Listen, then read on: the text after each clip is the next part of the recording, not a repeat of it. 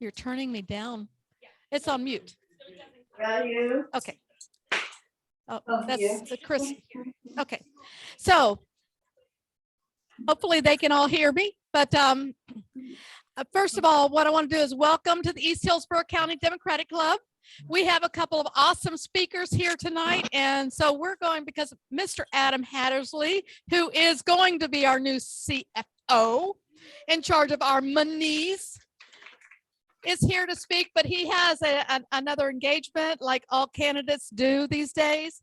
So I'm going to put him right on and then I'll introduce the board after he speaks. So Adam, would you come on up here and tell us why? Yeah, I really need the microphone. Yes, you do. For the Zoom? That's for the Zoom. Okay, fair enough. Hi, everybody. Thanks for having me. Hopefully you all remember me. I'm Adam, former state rep Adam Hattersley, thanks to the East Hillsborough County Democratic Club. If you guys remember, this was actually the very first club that I came to talk to when I ran in 2018. You guys all know me pretty well, so I'm going to skip most of the bio stuff, which I think Chris and Susan were at the kickoff on Sunday and they heard the whole thing. It's hilarious. It's great, but we're going to skip over that because you guys already mostly know who I am. What a lot of you don't know is that after we won that 2018 election, I know you know a lot of us who went up to Tallahassee, me and Fentress and Diane and Susan, we were all really excited to get up to Tallahassee and actually, make a difference again. But take a guess what I saw when I first got to Tallahassee. And Chris and Susan, you can't answer because you heard this on Sunday. It was just political theater and corruption everywhere that we looked. After 25 years of being mired in one party rule, Florida, the whole system here just needs to be flipped on its head. The Republican leadership has caused us to move to the bottom in housing affordability in the country. We're near the bottom in auto insurance availability, near the bottom in health coverage, but somewhere where we're near the top is political corruption. I saw a chief financial officer that was mired in not one, but 4, and after this week, maybe 5 major ethics investigations. He's been more interested in weaseling out of pay-to-play schemes than he has of just doing his damn job. I saw a CFO who's been spending his time in official state resources, trolling other states. Is this being recorded? Yes. Darn, so I can't really swear too much. Trolling other states for no other reason really than just to be a jerk.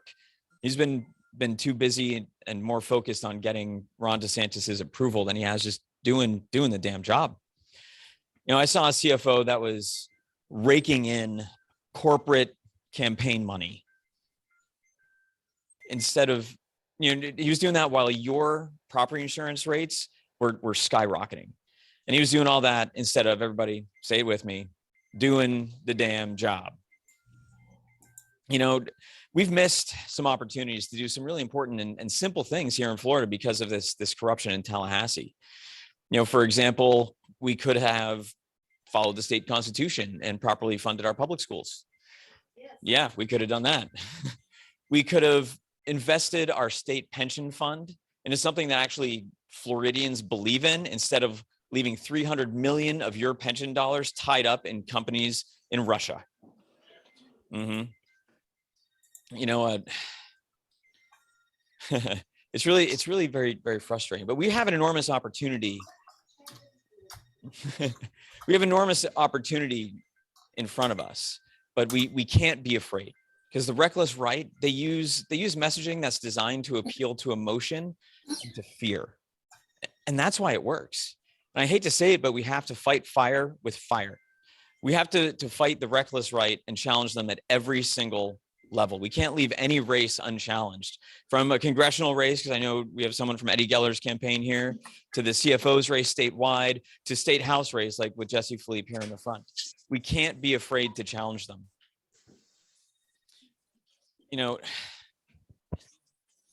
Government is really supposed to be about serving the people. It's not supposed to be about right versus left. It's supposed to be about right versus wrong. And even though there's all that going on and that kind of depressing picture I painted a little bit of what's happening in Tallahassee, there's still hope. You know, I travel already. It's only been 5 weeks. I've already been all over the state, and I see so many bright lights here in Florida. You know, bright lights, especially like this group of the East Hillsborough County Dems that helped get me elected the first time in 2018 and helped support me when I ran for Congress in 2020. And I know you guys are going to be there for us here in 2022, running statewide for CFO.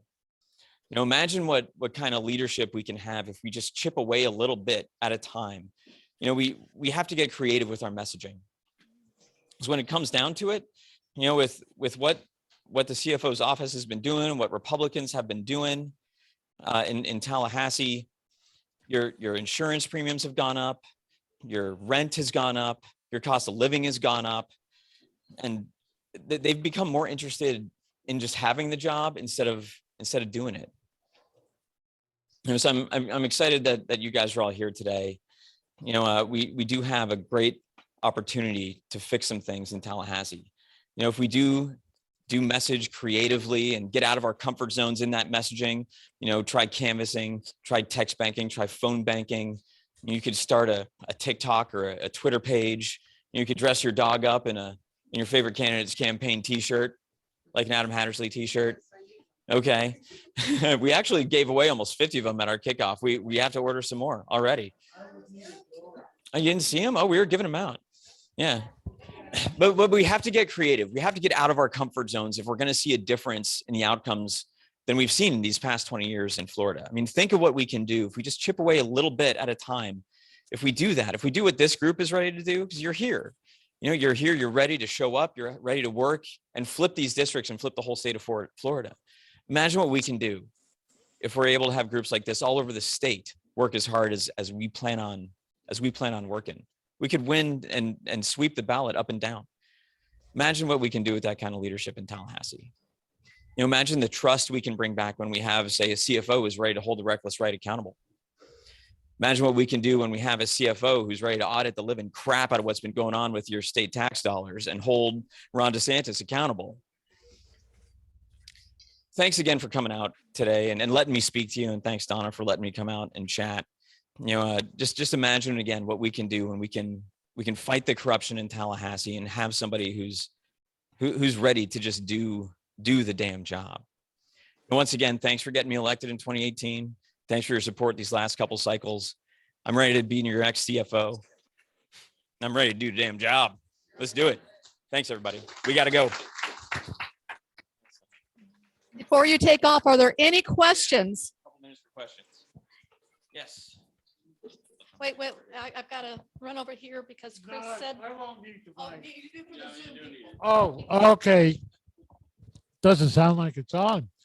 Okay, first I'd like to thank you for all the work that you've done, because it's very hard being isolated, a sheep in the wolf's den up there. So the work that you've done up there, continue on, and it's for us to try to make sure that you get back there in a good capacity. I just wanted to know, how does it look within the state Senate for Democrats to gain a little more gravitas during the next election? So the question was about what the outlook is for the state Senate right now with redistricting. Currently, the state Senate is 24R, 16D, and how they redrew the districts. It looks like they're trying to get 2 more districts to lean slightly more Republican, including Janet Cruz's seat right here in Tampa. This one's going to be a critical seat for us to defend, you know, right here in the Hillsborough County area. So that seat, and then what is now Senate seat, Senate District 10 in Seminole County, that's Jason Brodeur. He was the beneficiary of one of the ghost candidate schemes last year. One of my former colleagues in the House of Representatives, Rep. Joy Goff-Marcil, is running against him. That's going to be another critical potential pickup for us. But just defending the seats that we have is going to be tough. There's 2 others in South Florida. One, I think it's 37. That's Alana Garcia. She was the main beneficiary of the ghost candidate scandal. She won by like 32 votes. She's up against another one of my former colleagues, Rep. Mike Greco. That one's projected to be one of the most expensive in the state. So those are maybe the 3 most vital seats that we're fighting for this year. Yep. What else? What else we got? Oh, and one other thing, something we're all supposed to talk about. Head over to adamforflorida.com. There's a big yellow donate button. Something us candidates love are those that we call them like the drip contributions. You can set it up once for like 25, 50, $100 a month, and you can forget about it the rest of the campaign. We love those. So would love to see some hands who's ready to go to adamforflorida.com, set up a little recurring contribution. Okay, for everybody on the Zoom, everybody has their hand raised. Adam for Florida. So Adam, F-O-R, and then Florida spelled out, adamforflorida.com. You can even do it on your phone. What else? What other questions do we have? Chatty crowd today. Okay. Yes. Question statement. How do you fight? I think a lot of people reach the point where it's just, they believe it's FUBAR in Tallahassee and it's beyond repair. I mean, how do you combat and convince people that it can be won back by the Democrats? So no matter what's going on in Tallahassee, we can't give up. You know, we knew we were outnumbered when I was in the state house, 73-47. And we knew no matter what happened, the abortion ban was going to pass the House. But that didn't stop us from fighting and debating for 12 hours and keeping them there until 3 a.m. and making them pay for it and making sure that Florida knows that they have a voice up there fighting for them. So it is a struggle. It's going to be a very tough year for us. But, you know, what do they say? It takes talent, time, and treasure when you're running for office. And we're going to need that from everybody if we're going to make a dent. You know, a lot of people have been discouraged, not going to lie. But, you know, if we had felt that way, say after Pearl Harbor, what would have happened to not just the United States, but the world? You know, we have to keep up that fight, even if it looks like it's going to be a tough one, or even if it looks like we might struggle in the end, but we have to keep up that fight. Because if we don't do it, you know, in my state house campaign, who remembers, you know, when people would say, you know, they'll do something about it, I would say they comes from us. If we can't stand up to do something, then who will? We have to do it. So we got to keep fighting. And that's, I know that since, you know, there's what, 20, 30 people in this room and plus on the Zoom, I know you guys are ready to do that. What else? What else we got? You're looking at me. I don't know. All right, well, yeah, thank you. I appreciate it. And no, thanks again, everybody, for letting me speak to you early, because we do have to bounce here in like 2 minutes. But yeah, adamforflorida.com. You can email me. There's a little button right there. It comes right to my email account, and our phone number's on there. But we'd love to have your help. We're going to need volunteers for this campaign. It's a statewide race. 22 million people live in Florida. We got to convince about 4.5 million people to vote for us. So we got it. We do have a shot with this one. Jimmy Petronis is the most vulnerable member of the Florida cabinet. We've already actually been in close coordination with the Florida Democratic Party and with Val Deming's campaign for Senate and all 3 gubernatorial campaigns. You know, it looks like I'm going to be the guy going into November for this. So we're already ready to fight, and we need everybody. So thanks so much. Keep going and help the down ballot candidates too, because every vote that they get is usually another vote for us as well. So it goes both ways. So yeah, be out there canvassing. Whatever has been uncomfortable for you in the past. If you've like, you know, I've done text banking, but phone banking is a little uncomfortable. Stretch your bubble. Try phone banking this year. Try canvassing. We have to do something more and something different if we're going to see a different outcome. You know, that's just like you're saying, you know, it's daunting. It's tough in Tallahassee, but we have to do something more than we've done in the past if we're going to overcome this slump and win. So we got to do something different. We got to try new things, get out of our comfort zones. All right. Thanks again, everybody. And East Hillsborough Dems, again, my very first meeting in 2018. Thank you. And look where we are now. Oh, we're having a parade again. July And 4th? July 4th parade. Brandon's happening. So I expect your people at least to be out there. We'll have people with shirts. If we don't have a spot and marching ourselves, we'll have people there. Awesome. Awesome. Thanks, That's great. everybody. Thanks. Appreciate it. We love you, Christy. Thank you, Adam. So sorry to mess up the agenda, folks, but, and I didn't even give him a proper introduction, but yeah, that's me. So now if we could, do it the right way, Mr. Emmett, we need to do the flag, you have to come up here and start this. Can everybody stand up, please? We got make believe we have a flag. Usually we have the shirt, but it's not. She didn't bring the shirt today. I pledge allegiance to the flag of the United States of America and to the republic for which it stands, one nation, under God, indivisible, with liberty and justice for all. So then bring the flag next time, I promise. I got one in my car too. Mary Shepherd had, I forgot the mic, sorry. For our moment of silence this time, let's remember our own. Mary Shepherd had an accident while she was on vacation and she had to have a surgery. So let's remember her, and still Gifford, he's recovering from surgery that's taken a long time. So let's think about them as we have our moment of silence. Thank you.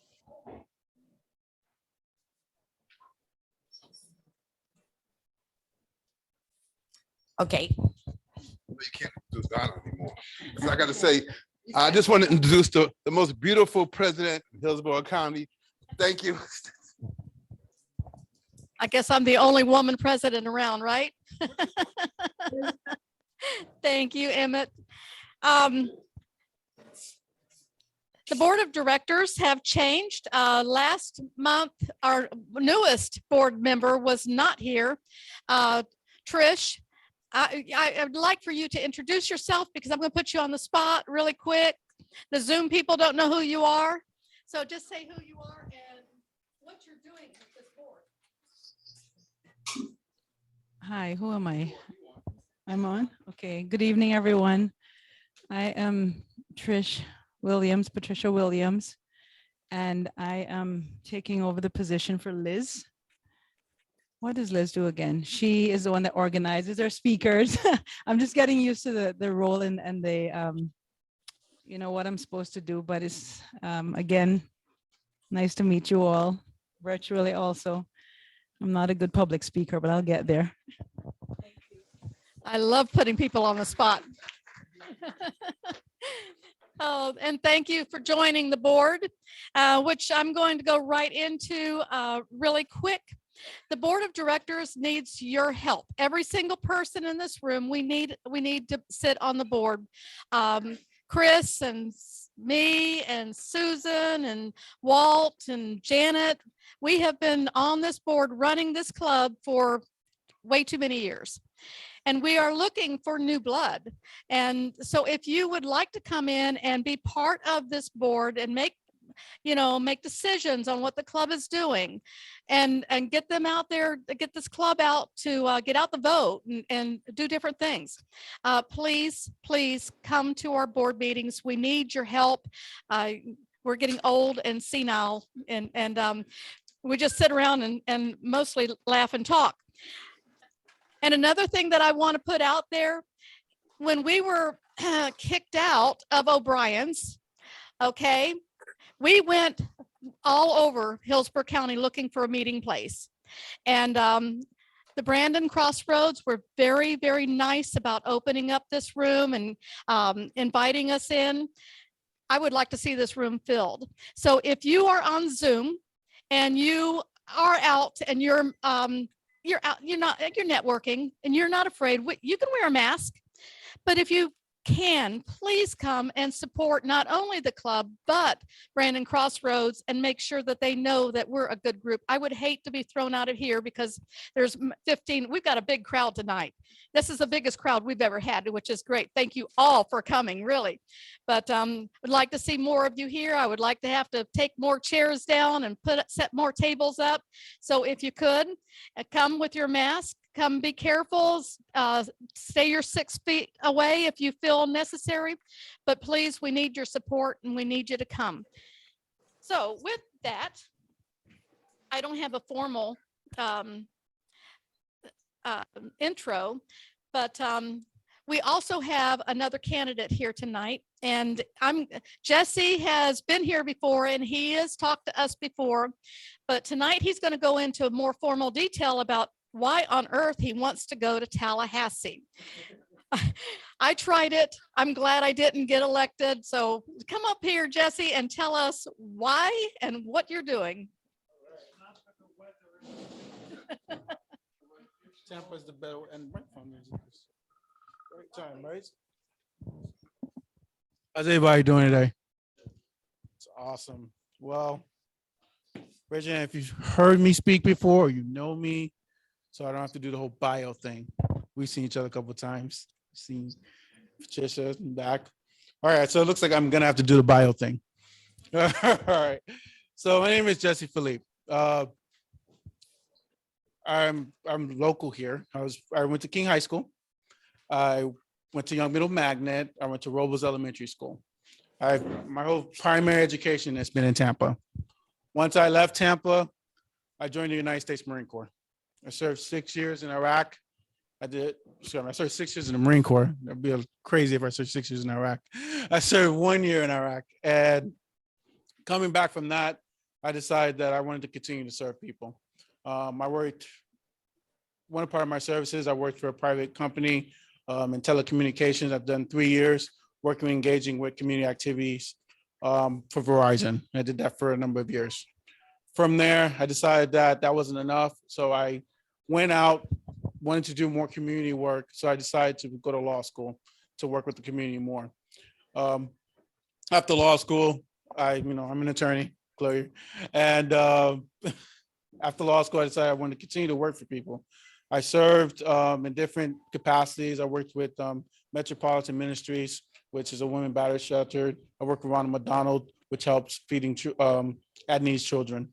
So my life has been about service and working for people and giving back to people. And I'm going to continue to do that. My last cycle, I ran against the guy here that's going to be the next CFO, right? Adam Harrisley. We did well. We got 15,000 votes. And we decided that we wanted to continue that fight. We wanted to continue working for people. But the fight really wasn't in the federal level. Let's be honest. What we just saw with abortion rights, what we just saw with people attacking children in school, telling them what they have to learn, what's important to them, that's the real fight. We can be talking about all these things that don't matter, but the things that affect us inside our homes matter. And so I decided to switch races because I was running for 15. I decided that I'm going to run in the state house because we need more voices in that capacity in the state of Florida. I was born and raised here in Florida. So I understand what we can become because when I started, you heard the schools that I said I went to. They were minority schools. And in those schools, you got to fight every single day to get to every level that I've ever gotten to. And that fight is a fight that we all share in because we all have things in our lives or issues that happen that made us a better person. So I owe the state a lot from my education, from where I live now. Everything that I have done is because of this state. So I'm going to continue to fight for it and continue to fight for the values that I believe this state really does hold. And so that's why I decided to run for State House 62. That's a brief bio of me. I had to get those out of the way because people don't really know who you are. It's like, oh, he's just a guy who smiles a lot. And so I just want to get that out of the way. Honestly, when I came here and Patricia, your new board member, called me, I thought to myself, what am I going to tell? How do I guess, what am I going to tell you about myself so you guys to really understand who I am? So I decided that I would say it in a story of me and my mom. My mom taught me how to drive. You know, have anyone here, parents taught them how to drive? No? Yes. So you know they're not really teaching you. You're there, they're watching you, they see you make all the maneuvers, and then they're yelling, like, hey, stop, you're messing up, right? Is that the story generally? So my mom, you know, she's an immigrant. She came from Haiti. And one of the funny stories is she's teaching me how to drive for Ford Runner. And we're driving. And one of the things that I noticed as there was a red light coming up and she was freaking out. She didn't know because she felt like I was going too fast for the light. So what she said was like, in her language, she's like, "Pese fuen." And anybody here speaks French or some kind of dialect of it? No? Well, pese fuen in French means push your foot on the brake. But as a 16-year-old who you know, was raised in America, I didn't know all the language of Creole. So I put my foot in the gas and I ran the red light and my mom freaked out. And she was like, why would you do that? You're trying to kill me and this and that. And what's funny about it was, I was like, well, Mom, you said President Fuen. I thought that meant put the gas. And she just starts this big laughter. She's like, that means praise the brakes. And so I said that story because it's important that we understand that how we get somewhere is about what guides us, what knowledge that we have. My mom knew Creole, but she didn't understand that I didn't understand it. And she laughed because she understood that I didn't have the education. So what we're doing in this room, and I'm talking specifically to you guys, is that you guys, your generation, are the driving force of this new generation. Our new generation now are following men. They're not following laws. The men now are telling people how people should raise their children, what women should be doing and their choices. These are men, because guess what? We've had laws in the books for years about this stuff. Abortion rights has been talked about versus Roe versus Wade very, very long ago. I'm kind of choked up about it because it's true. This has been in the books for years. But now we got a guy in Tallahassee said, well, guess what? I know that's a thing. But guess what? I'm going to take it away from you guys anyway. I'm going to take away something that's been decided on the books already. I'm going to take away many, many things from you guys, your individual rights. Because as much as Republicans talk about, oh, they're fighting for the Constitution, fighting for people, they're not fighting anymore. Right now, they're fighting for a man. A man tells them to jump, and they ask how high. That's what they're doing. It's weak leadership that's coming out of Tallahassee. And that's why I'm running, because I'm a United States Marine. I keep it straightforward, you know, and I tell people what it is. Leadership is about doing. It's not about saying. You got to do. And right now, I'm championing to you guys that I'm the champion to do. And I've been doing it for a long time. I've been there. I've been fighting. I fought all my life. I've been fighting since I was in the military, and I'm going to continue to fight for you guys. Now, with that being said, I know I was pretty long-winded. So I'm going to open it up to you guys so you guys can ask me some questions. Yeah. Oh, it's going to be really hard. It's Philippe, Philipppe, and everyone messes it up. They call it, I've heard it 10 variations of it. Depending if you're Spanish, Italian, you hear so many different versions. Stay House 62. That's a good point. Let me bring up this Stay House 62. Now, we're in this gerrymandering area.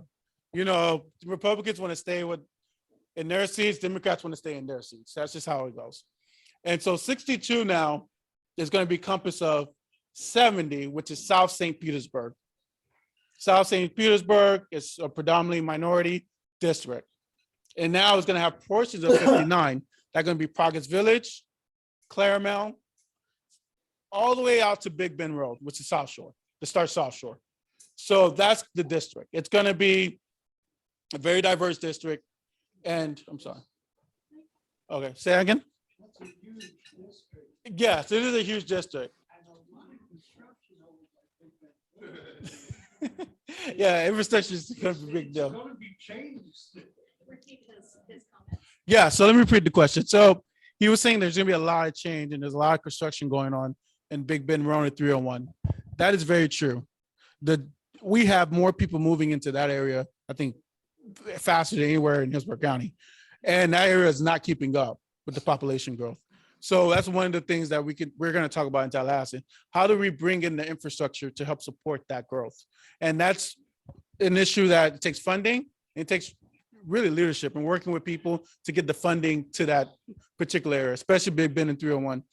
And that brings me to the next issue.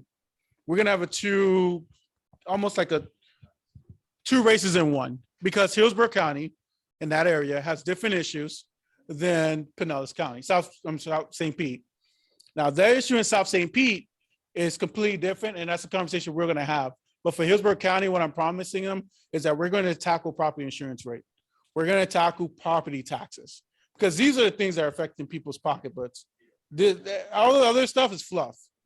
What's affecting people in their homes is their property taxes and their property insurance. And that's the conversation we're going to have. And we're going to try to get something done in Tallahassee.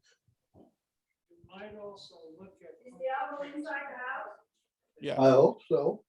Because those who are not as wealthy or affordable help us Mhm. to get to work, to get this and that, use public transportation, especially with the insurance rates going up, even car insurance.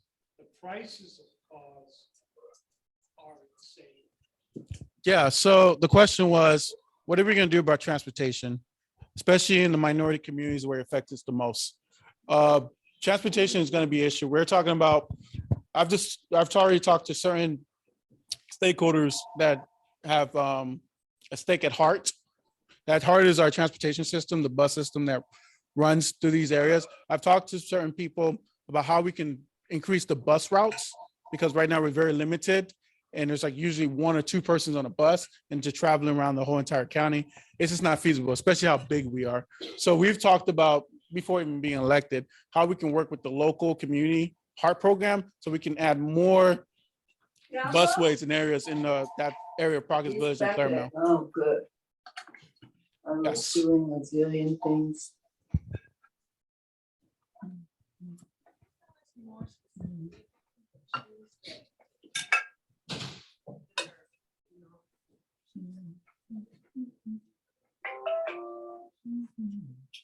Yeah.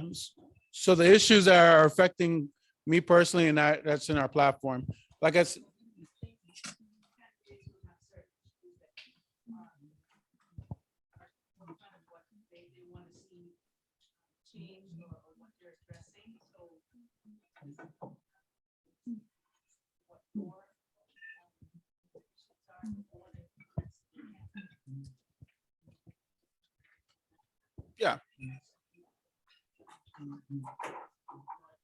yeah, the most important thing for me, and the question is, what are some of my platforms and my policies that I believe are more important to me? I think I addressed a little bit of property insurance rates. If you look at Hillsborough County, you could look at some of the waste that's been happening because we have not properly addressed that issue. When you have your property taxes next year that's going up by 20%, and you have your property insurance that are skyrocketing through the roofs, these are the issues that affect people's disposable income. These are the issues that takes people away from going to see a movie theater because they have to cut back a little bit on their actual expenses. Those are the issues to me that affects a mom making the decision to buy a loaf of bread in my area. So for me, the most important thing is, how do we keep money in individuals' pockets in my district? And property insurance rate and tackling property taxes are going to be the most crucial part for me going forward in my platform.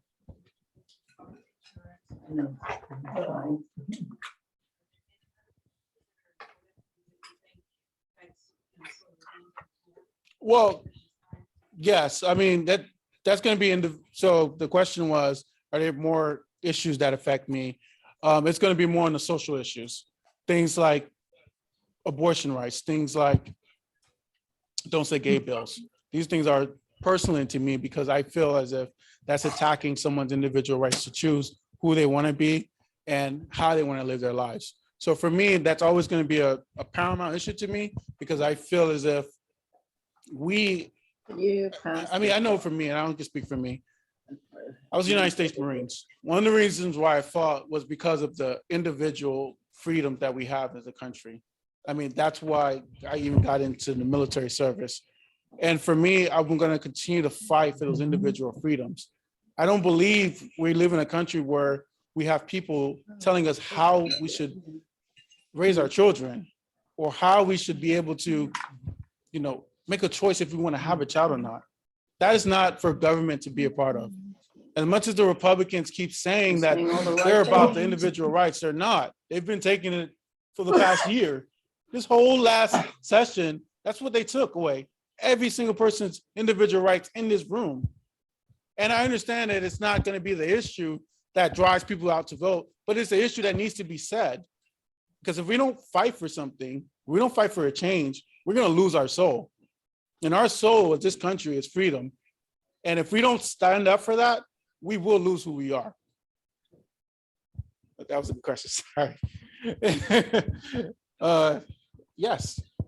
When you get into Tallahassee, and we do hope you do, you sit on different committees. What committees do you hope to be able to sit on? It's a good question.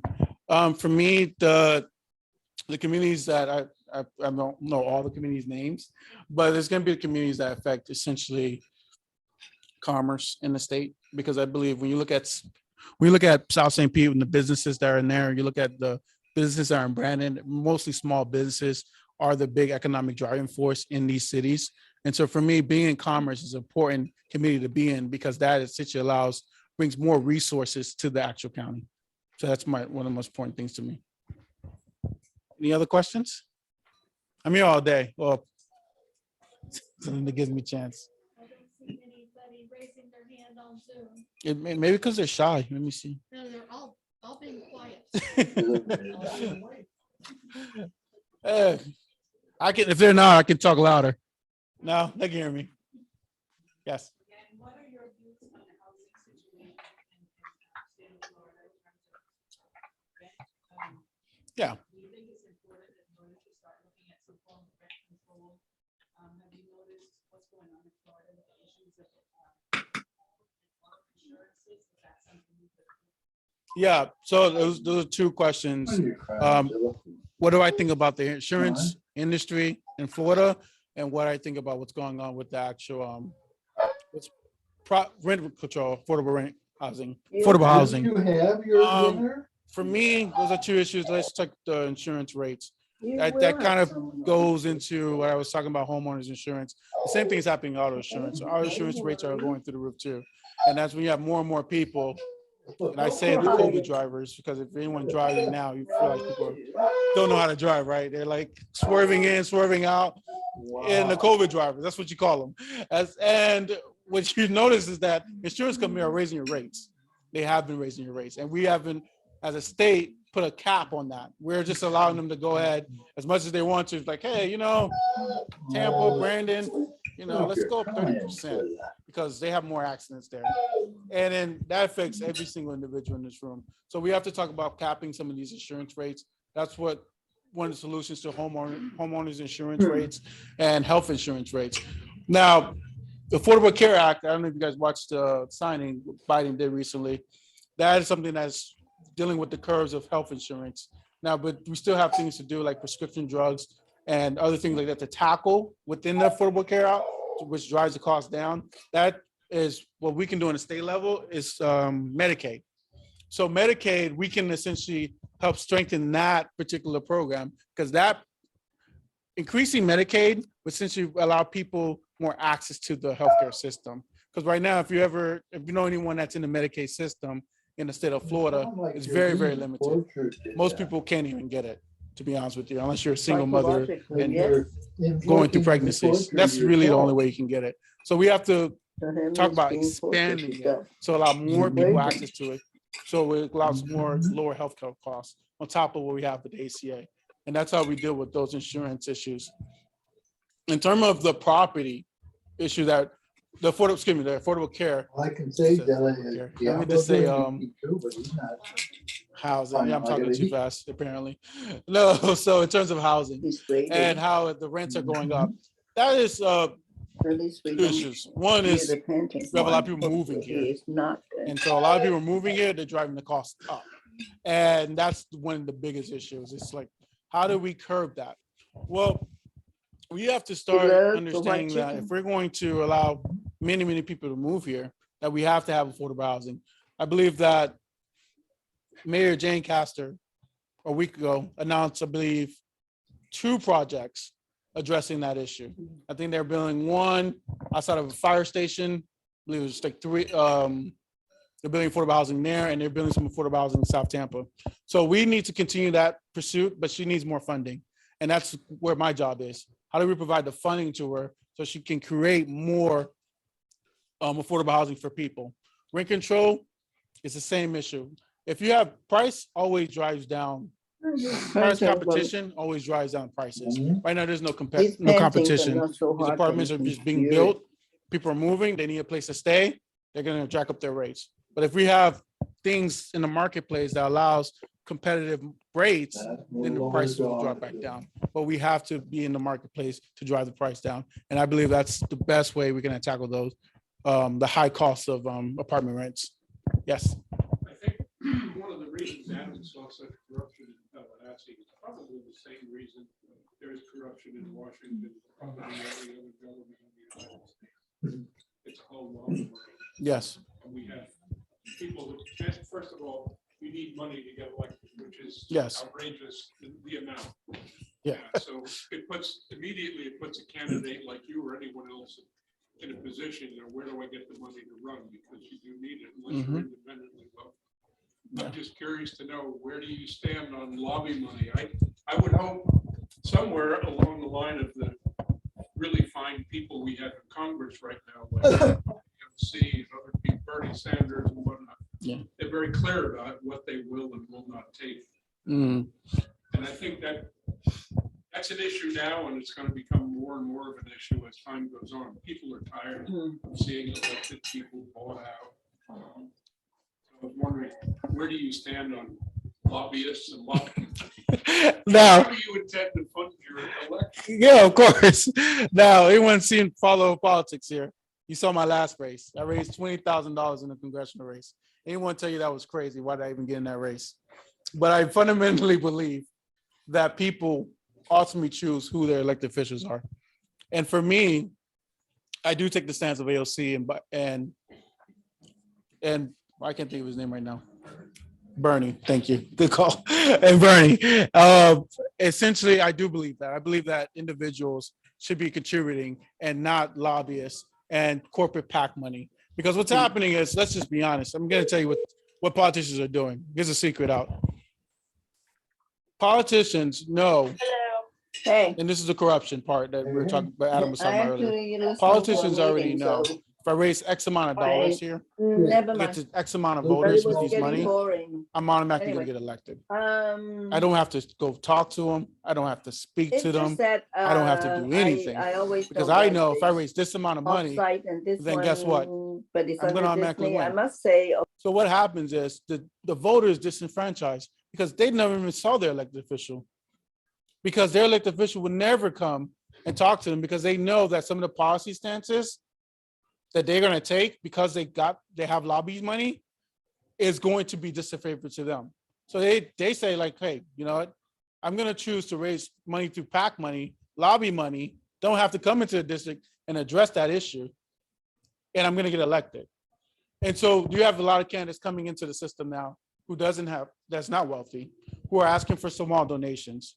And these small donations have been driving a lot of the candidates now because they've just been getting more, with access to Twitter, Instagram, social media, they've been getting small dollar donations. And that's helped fund their campaign.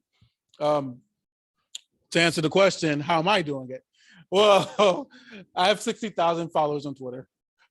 And that allows me to bring me small donors in. And I have small donors that contribute to my campaign. And I also have family members and friends who believe what we're believing in, who also donates considerably. Actually, I guess I'll break the news here. We're actually leading in the fundraiser in State House 62. We've raised So far, we've raised $7,000. So we're leading in that race. And so far, we already brought in $10,000 this month. So we're already at $17,000. So we're already leading in that race. So people believe in our message. And we do have to understand that there's going to be corporate map money. My competitor, which is in Apartment Wingate Noon, he brings in, I looked at his financials. Most of that money is all corporations, all giving the money.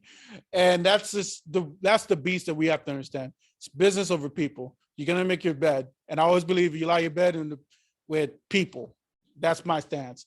A lot of people are going to be like, I put my bed with business. But guess what? I mean, people didn't win World War II. People didn't win Vietnam. I'm sorry, businesses didn't win World War II and businesses didn't win Vietnam, those people.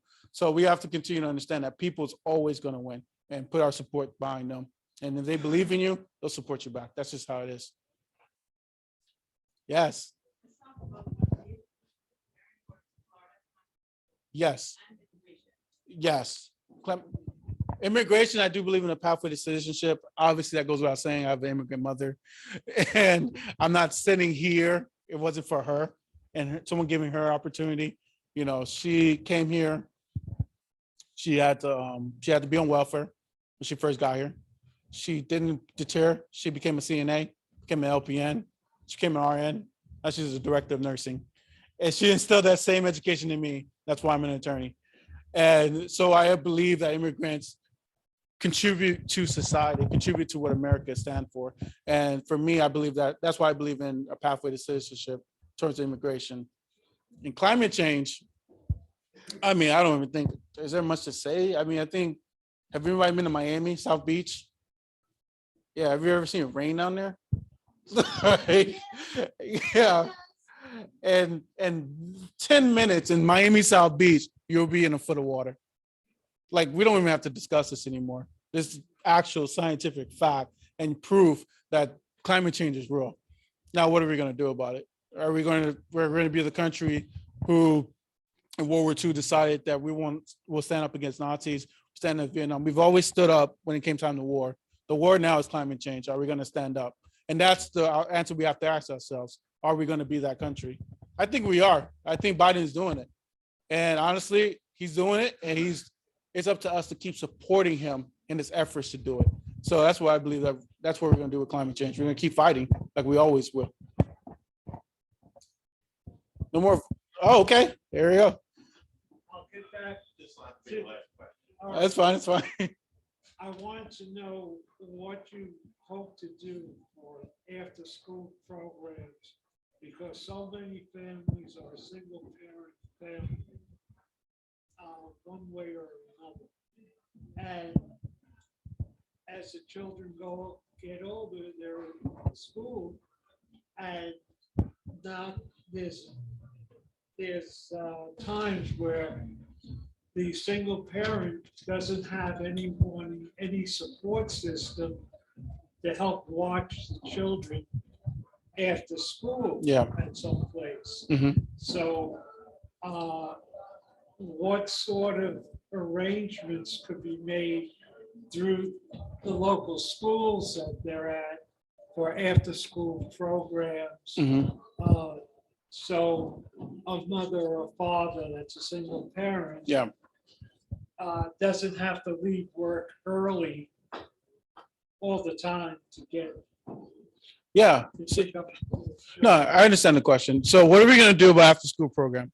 Now, one of my responsibilities running in the state legislature is to bring money.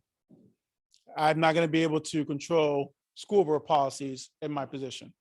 So what I'm going to do is provide the money.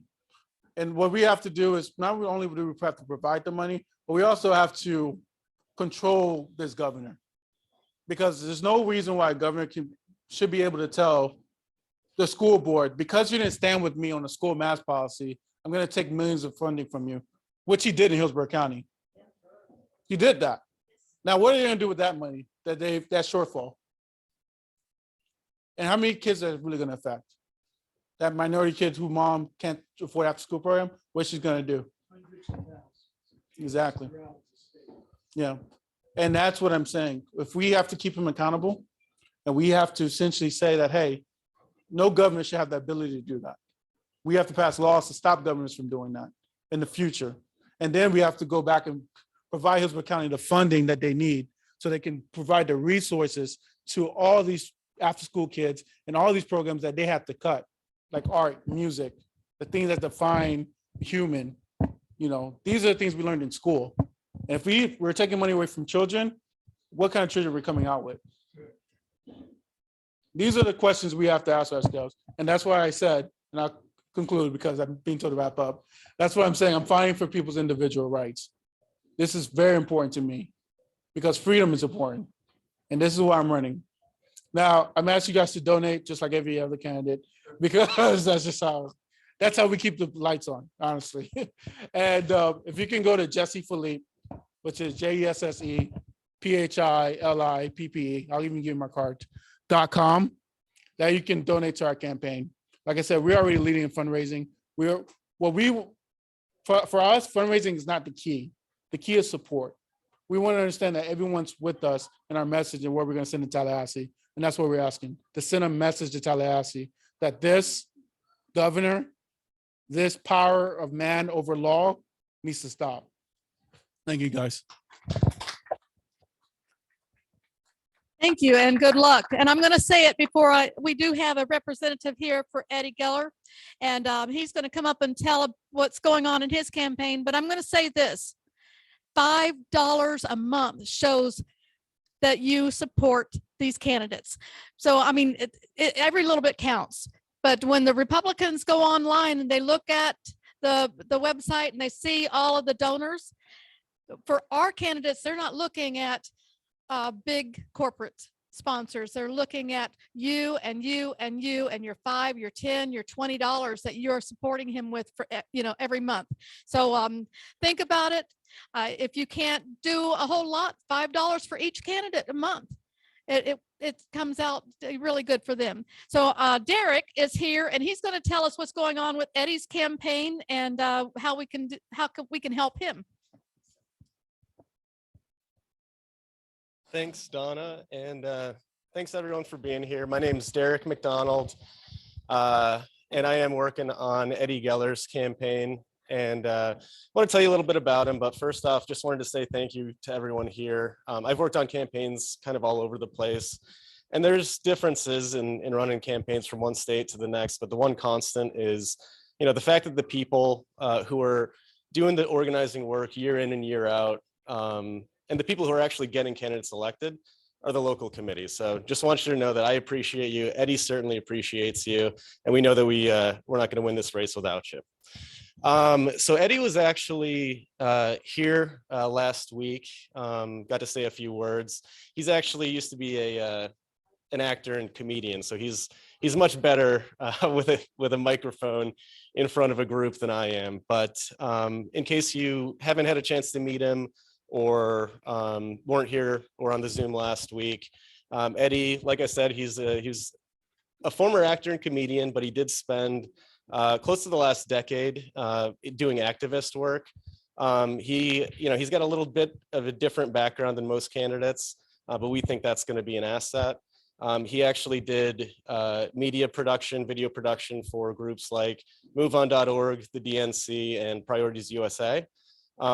So that's a little bit about him. He actually got into this race after seeing what happened on January 6th. I think we were all revolted by that. But he saw Scott Franklin vote to overturn a free and fair election, and that kind of spurred him to action. That's why he got in the race. Although if you've been following the redistricting debacle here in the state, it's not looking like we're going to be up against Scott Franklin at this point. We're still not sure what the districts are going to look like. The legislature basically decided they're going to, let DeSantis send him some maps for consideration. So we'll see how that plays out. But right now, it's looking like our competition is Jackie Toledo. She's a state rep, and she co-sponsored Florida's abortion ban. Big supporter of the Don't Say Gay bill. Just really, really bad stuff. And she's, one of the last people we need representing us in Congress. We actually, as far as fundraising goes, we doubled in this last quarter what we did in Q4. So we're feeling a lot of momentum. 83%, a little over 83% of the contributions we had were under $100. So it's a lot of, you know, grassroots support we're getting. But Jackie Toledo got in a month ago and she's already raised $350,000. So it's going to be a tough fight. It's looking like this is going to be a very a winnable district, but it's going to, you know, it's going to take a lot. Everyone kind of pulling resources, working together to get it done. So you've already had two candidates here telling you they need help raising money. Obviously, you know, we do as well. EHDClub.com is our website, and, you know, would appreciate your support. Thank you. Thank you for coming. Not many of us really know Eddie, and it's good that we get a chance to get to know him through either you or him. So every month, same time, same place, come on out.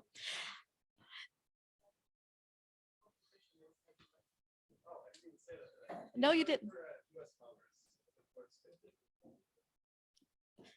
Okay, so we're going to go into our business meeting really quick. Walt, how much money do we have in the treasury? Excuse me.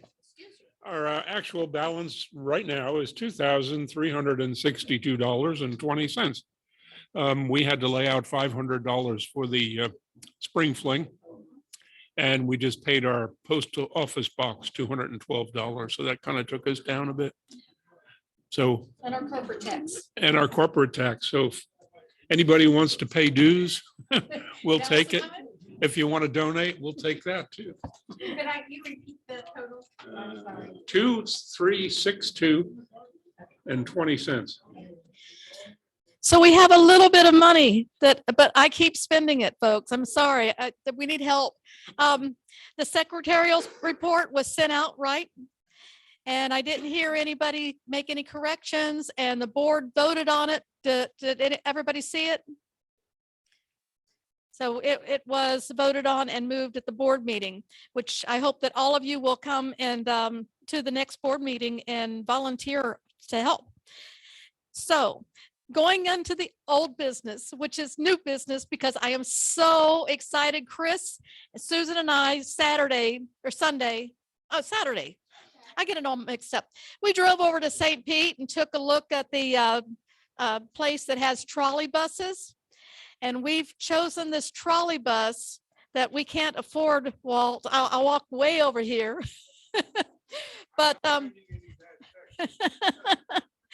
but we are going to be in the 4th of July parade for Brandon. We're hoping that all of the candidates or their helpers can come out and walk. We're hoping that all of you will come out and ride. And we're also, Chris is setting up a PayPal account online on our website. If you'd like to donate for this trolley that's going to cost almost as much money as we have in the bank.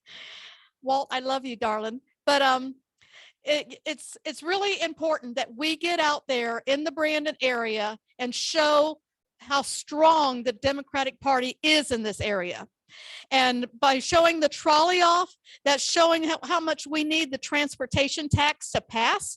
We need good transportation here in Hillsborough County, especially out here where the cars are crashing into each other every 2 seconds. So if you can support us financially, we have a donor button. I'm hoping he's listening to me, but he's not. And so we really hope that you, and we also need candy. You know, we'll have to give out candy to all of the little kids and shake hands with the mamas. And Jesse, you and your team are welcome to come out to the parade as well. Like I was saying, we need money for this parade. The trolley, I don't have the exact amount yet. Well, we have a donation page. I'll make up a page and a PayPal button. There you go. If anybody wants to donate, and it will say directly to the 4th of July parade. Chris is going to have a donation page that will be It'll be a parade page on our website, and we really will need help. But to get out there and show our democratic spirit is very, very important, folks. So I hope you all come out, invite your friends, invite your neighbors, as long as they're Democrats. And we're going to invite South Shore Dems and the Women's Club, Democratic Women's Club, and hopefully we'll all be out there in, showing our pride. Let's see, where else am I need candy. Okay, so if you have candy, you need me to pick it up, just call me. Most people know how to get in touch with me. The new business is May 21st. Yeah, hard candy. Yeah. Yeah. Hard candy. So something that we can hand to the kids that aren't going to melt in their fingers. May 21st, the Paul Sanders Park, corner of Bloomingdale and Kings, is our yearly annual picnic. Please make sure that all of the candidates know, your friends, your neighbors, it's free food. And we're putting that together now. We'll probably have some kind of raffle to help pay for the trolley that we can't afford. So if you could make plans on being there and bring up, it's at a park with a playground and the kids, and it's a lot of fun, a lot of networking. And so I hope that it will be successful. So we've already heard from our candidates. Is there any other discussion that anybody has that's, we need to know about? Anybody doing any voter registration out there? I don't see anybody on Zoom answering that question. No, we need to get out there and do voter registration, folks. So if you know of a place where our club can go, let me know. Anything else? Going. Okay, so with all that, we are like 7:35. We're good to go, unless I just said the picnic. Yeah, you're back there talking to somebody else while I'm up here running my mouth, not paying attention to me. May 21st, Paul Sanders, 11 o'clock. Be there or be square. Right. Emmett says there's no drinking in the park. So does anybody on Zoom have anything going on that they need to let us know? Reed? We had a. I can't, we don't have any audio. Oh, you can't hear me? Reed, I don't have any audio. I'm unmuted. Hi, hello? Hi, Chris? I'm not muted. Can you type it in to the I can hear chat you. room, Reed? Hi, can you hear me now, I'm Chris? sorry. We are having technical difficulties tonight.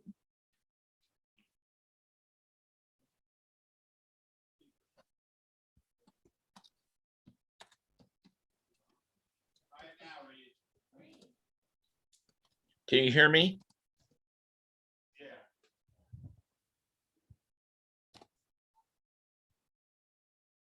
Hello, hello, 1, 2, 3.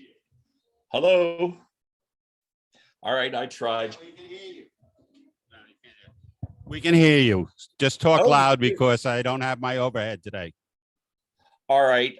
We did have the monthly executive committee meeting on Monday night for the HCDEC. And all I can say is I've attended a lot of these as a guest. I'm not a voting member because I'm not a president of anything, but this was an extremely productive one. And there's a lot of things happening. A lot of things are succeeding. And Scott Hoffman is their new IT person in charge of IT. And he and his team are getting a lot of things done. One of the things that I've been testing while I'm listening to you in the Zoom is a new precinct and field organization wiki website. There'll be a public section and then a site for just us that are part of the PNFO team. But one of the things that this is going to do, the public, the ERFs, the elected representative flyers that I've been producing for every precinct that I get data for, I'll be able to put them on the public side of this website. So everybody that's either a regional director or district leader or a precinct captain will be able to easily access their own elected representative flyer, download it and print it in their home PC. Right now, they're uploaded in something called the OneDrive, but I don't even know how to access that easily. And all the people that want the ones that are done have to come back to me and ask me to resend it to them off of my personal hard drive. And of course, that gets to be a lot of requests and takes away the time that I'd rather spend in making new ERFs. So that is something that's coming. The other thing that was reported by Humira is we have been pushing in the PNFO side to get petitions out for candidates. And you remember at our last meeting that I attended, I'm up in Pittsburgh now, and I apologize, I can't be there at the same time. According to Humira, our pushing out of all these petitions has resulted in several thousand coming back in. And we've gotten several of our candidates over the hump in terms of how many petitions they needed to get on the ballot. And of course, we're still working on others. And the big thing that we learned is when I came to you with my packets, I had you fill out each one, which is a pain. What we found out is when you hand out a packet at a club meeting or at a caucus or whatever, you give them a packet, each person only has to sign and date and fill in the info on the first one. And then all the rest, all they have to do is just sign it and date it. And the PNFO team will fill in all the rest of the data. They'll take the time to copy it from the first one on the stack to all the others, which makes it easier for all of you collectively when we hand you a stack of these petitions to sign them, knowing it's less work on your part. And that's part of what's now resulted in our getting a whole lot more back in the last month since I brought my stack of petitions to you guys to sign at the last meeting. And there's a lot of other things going on, and I can't remember them all individually, but all I can say is my feeling coming into that meeting, it was one of the best executive committee meetings I've participated in and listened to. And there's a lot of stuff going on that we're obviously winding up for November this year. And I'm happy to say, at least at the county level, things are happening and hopping. And I feel pretty sanguine that the people that are contributing at the HCDC level, they're starting to fire on more cylinders. And obviously anything you guys can do at our club here later in the year would be appreciated, because as the some of the candidates speaking tonight said, we gotta change our game plan and do it a little bit differently, a little more intensively this year, because the bad guys are obviously going out of the way to do their thing, which is, what can I say? I have nothing good to say, so I'll shut up. But anyhow, that's what I have to relate to you from this Monday's executive committee meeting. The general membership meeting, the HCDC, is next Monday. Anyone who wants to sign on, you hit mobilize and ask for an invite, and you can do it. There is some stuff going on there. I know that some people find it boring, and part of it can be, but alls I know, it's got me involved with you. It's got me involved with the science committee for the Florida DECF. And I'm sanguine, notwithstanding the bad news we're hearing at the national level with inflation and the Ukraine and all that. Here at the county level, which is where our efforts should be focused, where we have the most impact, I'm sanguine that we're gonna have a good year. Okay, that's it for me. I'm gonna mute now.